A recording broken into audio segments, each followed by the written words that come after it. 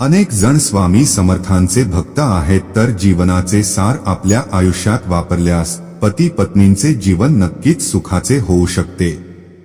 स्वामींनी केलेले उपदेश हे आयुष्यात जर आचरणात आणले तर संसार नक्कीच सुखाचा होईल। संसाराचा पाया हा विश्वासावर असतो। पती आणि पत्नीने एकमेकांसह कसे राहावे जेणेकरून आयुष्य चांगलं राहतं।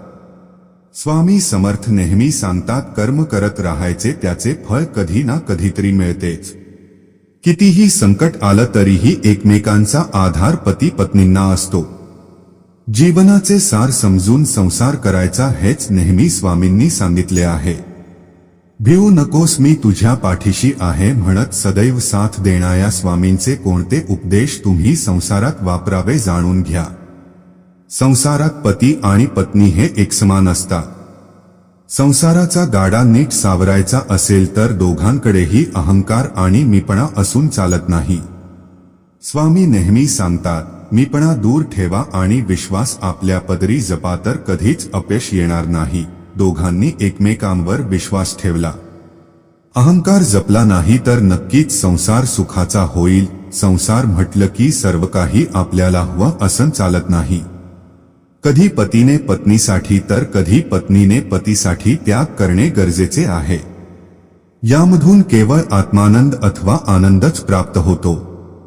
एकमेकांसाठी गोष्टी केल्याने प्रेम वाढते आणि त्यागातून एकमेकांबद्दल किती प्रेम आणि आदर आहे याचीही प्रचिती येते। त्यामुळेच स्वामींनी त्याग करा, आत्मानंद मिळेल असं म्हटलं आहे। जीवनात कधी दुःख आले तर आपले दुःख आणि वेदना जगाला सांगत फिरण्यापेक्षा आपल्या जवळच्या व्यक्तीला अर्थात पतीला वा पत्नीला सांगा, जेणेकरून त्या दुःखाचा बाजार मांडला जाणार नाही। पती आणि पत्नी हे सुखदुःखात एकमेकांना आधार देतात, तेच एकमेकांचे साथी जन्मभर असतात।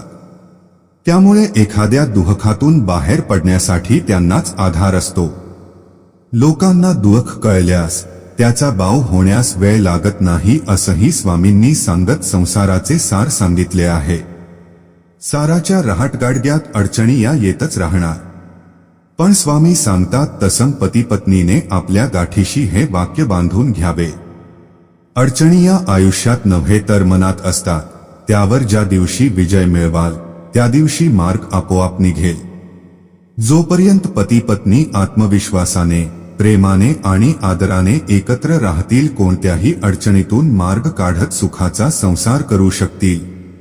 स्वामी समर्थांचे अनेक उपदेश आहेत, मात्र सुखी संसार करायचा असेल तर हे महत्त्वाचे उपदेश तुम्ही पाळायलाच हवे।